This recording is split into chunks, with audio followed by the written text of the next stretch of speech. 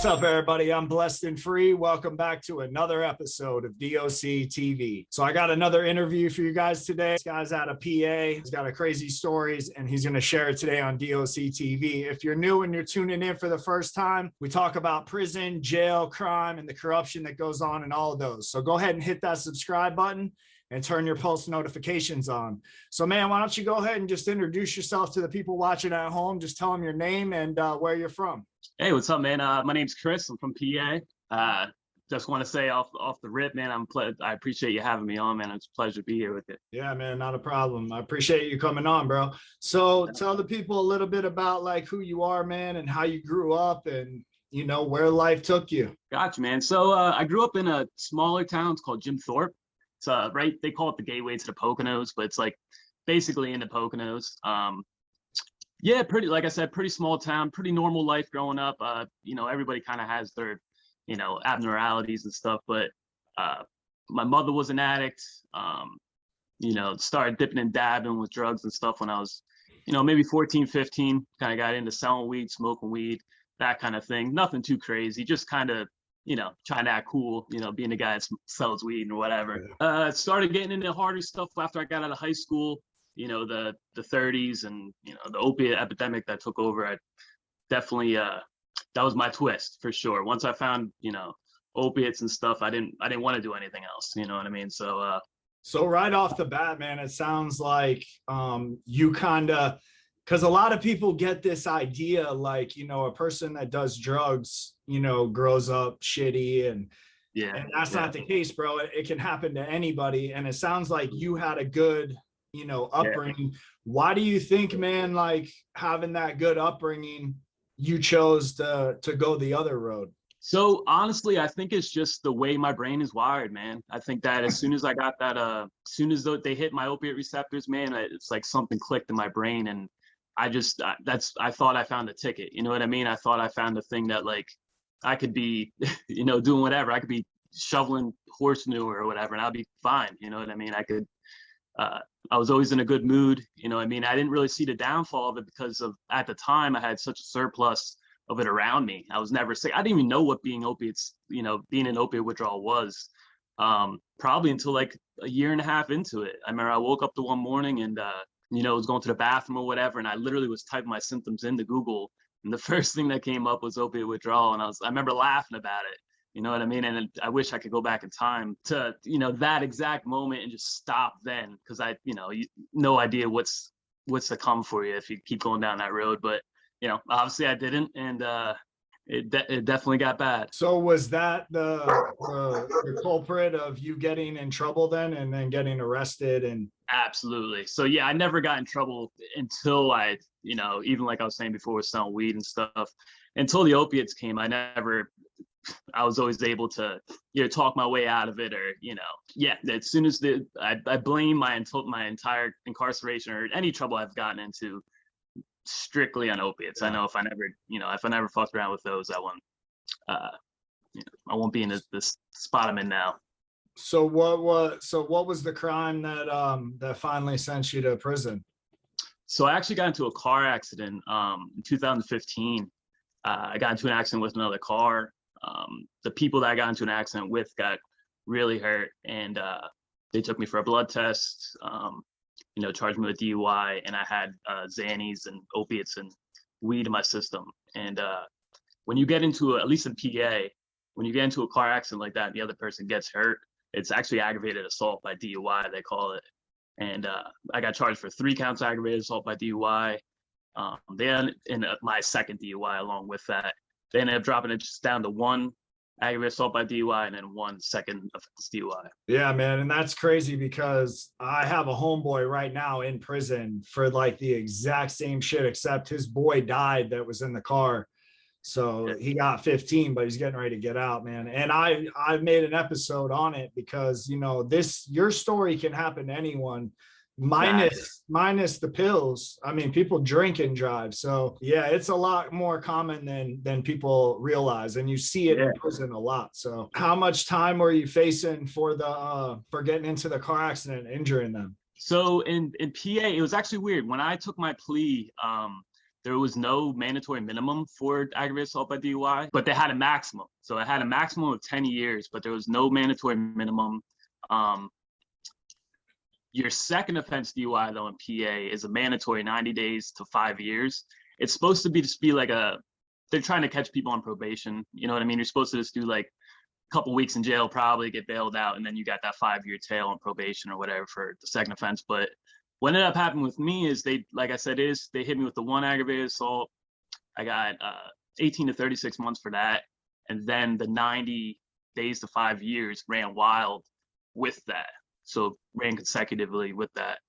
So my sentence was basically 20 months to 8 years. So what did you end up doing total? 20 months. Yeah, I actually just did my exact minimum. Yeah, they gave me like a month credit for this rehab I went to while I was out on bail. And then, yeah, I actually got out I made parole the first time. I got out my exact eligibility date. That's what's up, man. So, I mean, what was it? I'm actually interviewing another dude from PA tonight, and I've interviewed a couple cats that went to prison in PA, and you know, I hear it's crazy, and especially like you, man, like, you know, you're not from like the concrete jungle, you know what I'm saying? No, definitely not, man.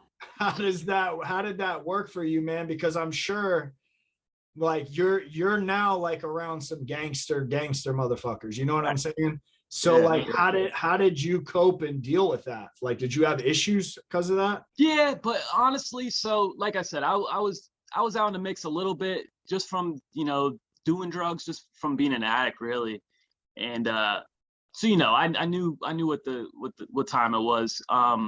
You knew the game and shit. Yeah, exactly. Luckily, when I got the county, I knew people. While I was at county, there was a couple dudes that I knew that were coming upstate with me. So they kind of gave me the rundown before we got up there, the kind of do's and don'ts. But you know, they can't teach you everything. There's shit that you got to learn on your own. And it was definitely a process. But I can't having that little bit of advice from other people. That's why what I think you're doing is great, man. To have this type of thing and have this type of content for people that, you know, are going up and don't know what to expect. You know what I mean? They don't know what they're walking into, especially if you're like in my situation that, you know, I didn't really, you know, I knew people that went to jail. A couple of my friends went to jail and stuff, but it was always a real rare, like, even when before I got sentenced, my lawyer was telling me I was going to get work release. You know, I was planning on doing maybe 2-3 months in the county. And then, you know, I got that 20 months to 8 years. So, yeah, man, and people don't realize, like, when I first went to jail to the last time I was released, like the shit I learned just from doing time about like different manipulation tactics, you know, fucking definitely manipulating 1,000, you know, because that's all everybody does in prison is fucking run game 24/7. So it teaches you a lot, but a lot that normal people wouldn't know about. And that's why, you know, normal people get fucked over a lot, is because they don't know who the fuck they're dealing with. And there's some dudes that got a good talk game. Exactly. So that's what I was about to say. A lot of the people that, even people that you interviewed on your show, man, when they talk about extortion and stuff, a lot of times it's not by force. You know, these dudes don't even, you know, they might kind of have a clue that they're getting extorted, but it's most of the time it's, you know, they come at you like a friend, you know what I mean? They come at you like they're trying to kind of help you out. And it's not until, you know, you really realize what they're doing that, you know, you hit the game. Did you run into any issues when you were in there, man? Yeah, of course. I mean, I had my little, like I said, I kind of got the rundown from my boys before I got up there. So I kind of knew, you know, just the little rules, like don't be looking in people's cells, you know, take your shoes off, that kind of thing before I went up. But, you know, I'm not the biggest dude, you know what I mean? And you're white, you're going up there, they're going to see what you're about. They're going to see if you're going to, you know, you're going to hold your shit or you're going to fold. Like I said, I ain't the biggest dude, but I ain't no bitch, man. I'm not going to do my whole bid. And, you know, I'm definitely not going PC, and I'm definitely not going to do my whole bid paying people. You know what I mean? So, but, you know, luckily the first jail, I mean, in PA, depending on where you lived at the time, I think everybody goes to Camp Hill now, but if you lived in like Eastern PA, you go to Graterford first. We'll go to county and then you go to Graterford, and from Graterford, Camp Hill, get classified, and then you get sent to your home jail. The home jail I got sent to was actually SCI Benner, which is a pretty newer jail. And it's medium. I mean, people would say it's pretty sweet, man. They're really, Any newer jail, man, is always sweet. yeah, yeah. You So know what I'm it's saying? Because it's clean and for it's sure. nice and shit. Yeah, I mean, it's still prison. You know what I mean? There's still shit going on, but it was kind of it was definitely laid fall back for sure, man. A lot of COs were cool. You know, it really wasn't too much shit going on like that. So, what would you say is the craziest thing you saw your whole time doing time? Yeah, so what I was getting at is, so I was at Benner, I'm chilling, you know, I'm dug in. Uh, One day I'm sitting in my cell, and like I said, they got intercoms there and everything in all the cells, whatever. I'm laying in my rack, and they come over the intercom. They're like, Kennedy, pack up. You know, I was like, pack up. You know, where am I going? Like, I had already went on writ for something else, and I knew I had nowhere else to go. I hate that when they used to come and say pack it up, because I'm in my head like, bro, dude owes me this. I got this over here. I hate that shit, bro. Anyways, go ahead, bro. So yeah, I asked him, I'm like, what do you got me confused with somebody else. You know what I mean? Like, I'm not going anywhere. The only place I have to go is, the only place I gotta go You is told TC. the cop? Nah, bro, that ain't me. Yeah, no, I didn't even pack any of my shit. I just walked up there, man. I was like, nah, you must have me confused. No, we don't. Turns out, so I'm sure it's like that in different states, and too, that when you go up and get classified, they tell you a set of programs that they call them recommended programs, but you better do them fucking programs if you want to go home. So luckily, I lucked out. I only had to take it's therapeutic community. It's called TC. I only had to do TC, and they had TC at Benner. They have a couple like just strictly TC, or just one actually. It's called Chester. But they have TC programs at the different prisons as well. And so yeah, like I said, that's the only place I had to go. I'm like, what, you're telling me to pack up. I don't have, the only thing I have to do is TC. Why would I go up to intake for TC? And they're like, well, you're leaving the jail. They want you up intake. They kind of, they play dumb. Well, we don't know, go up to intake. And I get up there, and like I said, I'm sure it's the same at different places in different states, at least. When I got up there, you hear you don't want to go here, and you do want to go here, and this and that. Yep. And the two that I always heard was Fayette and Green. That you didn't want to go to Fayette and you don't want to go to Green, right? So I get up there to intake, and like I was just saying, like you guys must have me confused, yada yada yada. And they're like, no, you're going to Green, and I was like, going to Green for what? That's a maximum. I think it's level 4 or 5. They got the row there. I mean, it's definitely like, why you send me? I didn't have any right or anything like that. Like, why are you sending me there? Evidently, the TC program because they have so many lifers and shit at Green, nobody's really doing TC. So the TC program there was so bare, and I guess with funding and everything, and it wasn't just me going. It was me and 20, 25 other guys they were sending either to Green or Fayette. So yeah, they shipped me off to Green. That was, probably, I was about a year into my bid. That was probably in June 2017. And when I got there, man, it was definitely a reality check, man. I think I might have got a little bit too not comfortable, but I was dug in at Benner. I was, I had my hustle, and I was just doing my bid, you know what I mean? And I got there, it was kind of like, okay, this is jail for real now, you know what I mean? I kind of have to, tighten up a little bit. What made it that way for you? Right off the rip, it's not a new jail. It's, and you just, it's kind of hard to describe, just the feeling, you know what I mean? Just the kind of the tension in the air. The block that I got sent on, it was D block, it was DB, was the TC block and the transitional block. So they had dudes coming from, like, if you went to the hole and you were coming back, it would put you on the transition block. But why would you put, so you had lifers and dudes going home in less than a year on the same block, or not even dudes that just got out of the hole, for doing whatever, on the same block as dudes that are going home. You know what I mean? Like, it didn't really make sense to me, but that's how Florida is, man. They put everybody together. That's what I heard. So it was, I'll tell you, I'll tell this story real quick. So it was the second day I got up there, and here's another thing I should say. At Green, and I'm pretty sure it's still the same way. My buddy just came home. They'll send you, their population in a hole is greater than their GP.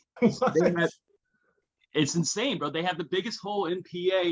They'll literally send you over for anything because they have to make room for more, for GP. So, bro, you feed the birds, you're going over. you miss Medline, you're going over. But that shit sounds strict as fuck. Yeah, bro. Yeah. And it's What happens if you stab somebody? Because if you're going to confinement for fucking feeding a bird, yeah, yeah. I So can't imagine what they're doing for bitches fighting and shit. yeah, yeah. And that it was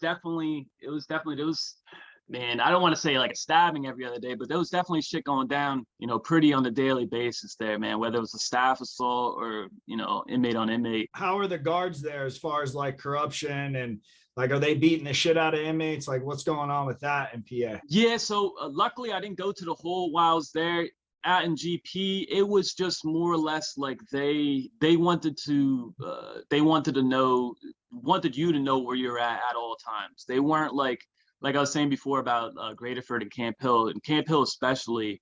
Those guards, they make it their job to make your life a living hell. You know what I mean? They'll burn you for chow. They'll burn you for just to, you know, they'll make you pack up and throw all your shit off the tier. Like their whole job is to make you regret coming to prison. And most of the time when you get to your home jail, you're cool. You know what I mean? Those guards are just trying to do their 8 and hit the gate. You know what I mean? But at Green, and it wasn't all of them, but it seemed like the majority of the dudes there kind of had that, I don't want to call it a superiority complex, but like they kind of had that trait to them that they always wanted to show, you know, that you were, you know.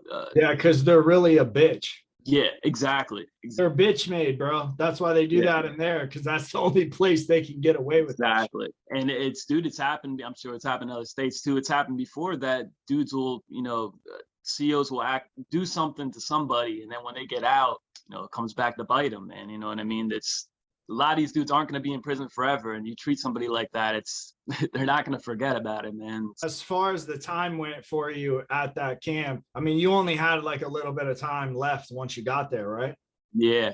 So I only had, like I said, that was in June. I only had until the next April, till my minimum. Yeah, I didn't know if I'd made parole yet or anything yet, of course. But anyway, so yeah, like my third day there, I get called up for Medline, right? And I didn't. Well, no, this is my second day there. So I got there the first day. You know, we didn't even get down to the block until like 10, 11 o'clock at night. They sent a lot of dudes that came with us to the hole because they didn't have room.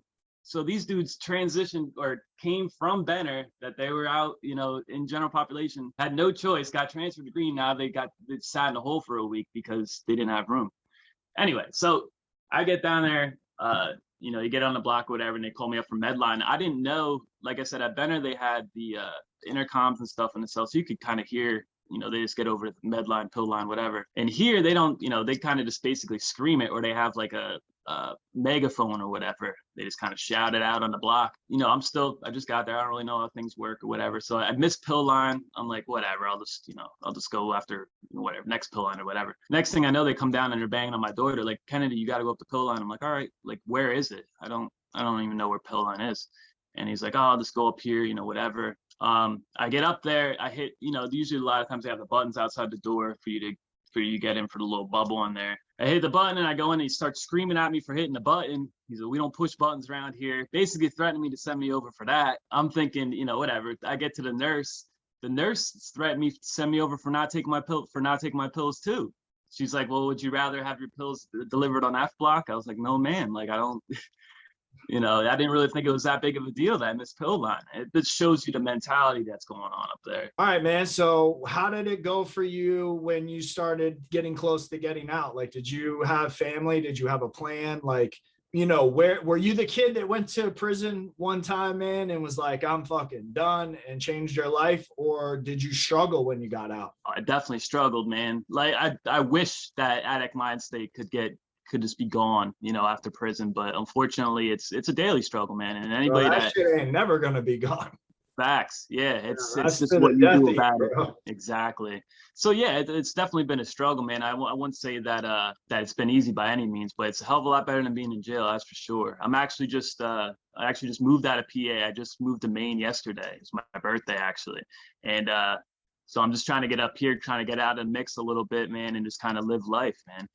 But I was gonna say with with making parole and stuff, I had actually made parole. I went up. They have it's called pre-parole.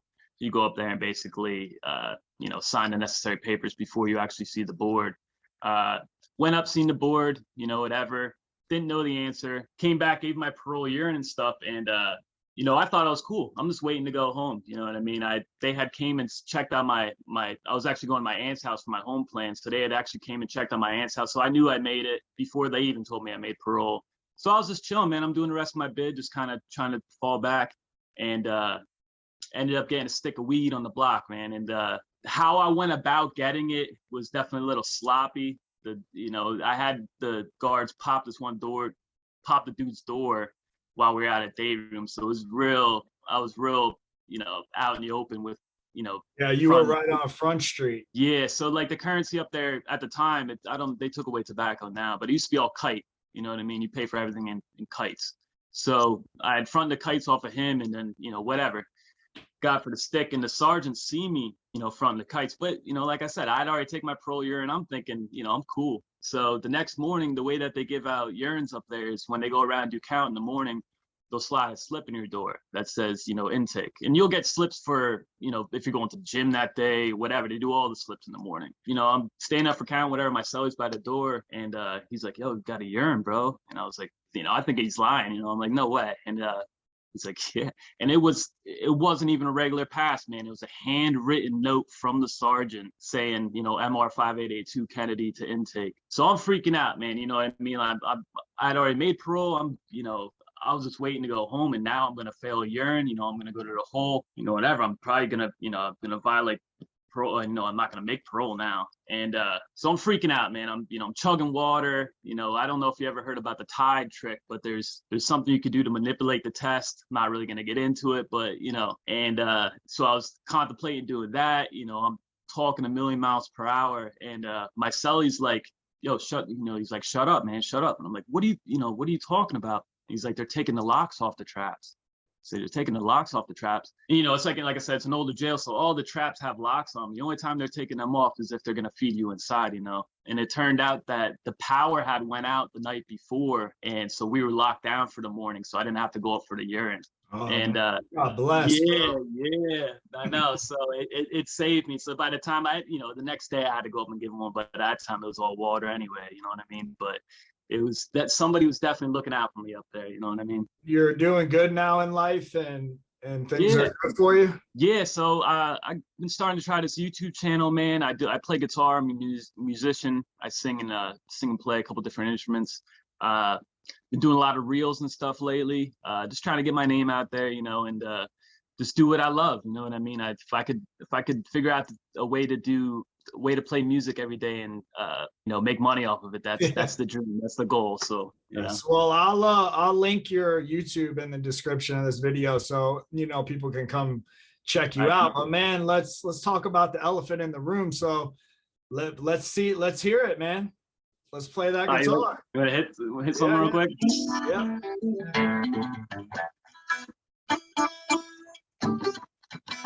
Yeah, that's all. Like I was saying, if you want to hit the YouTube channel, man, I got a lot of. Yeah, you probably got like better sound too over there. So go check his YouTube out, man. The kid is trying to follow his passion, man. So you gotta respect that, man. But I appreciate you coming on the channel, man. If you could say one thing to a kid, you know, 19, 20, struggling like you struggled, you know, what would you say to them, man? What have you learned from everything you've been through? So as far as prison, as far as like just life, man, addiction, like getting in trouble, you know, making bad decisions. Yeah, I would say, you know, at the end of the day, you need to know what, you know. When I was growing up, I'd always hear people say you need to have a 5-year plan. You need to, and I always thought of that from a business perspective. But you know, when I was young, I wasn't trying to hear that. I'm just trying to have fun now. You know what I mean? And all of no matter what, and this is touching on what you were saying before in the beginning, you know, shit like what happened to me could happen to anybody. You know what I mean? I didn't leave my house that day intentionally wanting to hurt somebody, you know what I mean? But I was, you know, I was messed up and I was driving. So, you know, think twice before you know, go out, and, you know, nobody ever thinks it's going to happen to them. I've left the bar hundreds of times, you know, whatever. And you never think it's going to happen to you. And you never think that you're going to affect somebody else's family like that and your own family like that. So just, you know, try to, and you know, people told me that when I was young too, but try to think about what the outcomes of what the consequences of your actions are going to be, and really, know that it could get dark real quick, and it will. I appreciate you coming on the channel. Like he said, man, there's always those yets. You know what I mean? There's always a yet in life. I haven't been to prison yet. And then you end up going and you get another yet. So just keep watching DOC TV. I'll keep bringing people on. You'll keep hearing their crazy life stories. And then you'll not want to go out and do dumb shit. So if you're new and you're tuning in, this is the kind of content I cover on this channel. Damn, man, we're almost at like 12,000 subscribers. I hadn't even had the channel a year. So, hey, I appreciate it, man. I appreciate everybody who has subscribed to the channel. And if you're new, smash that subscribe button. And with that, it's DOC TV, and we're out.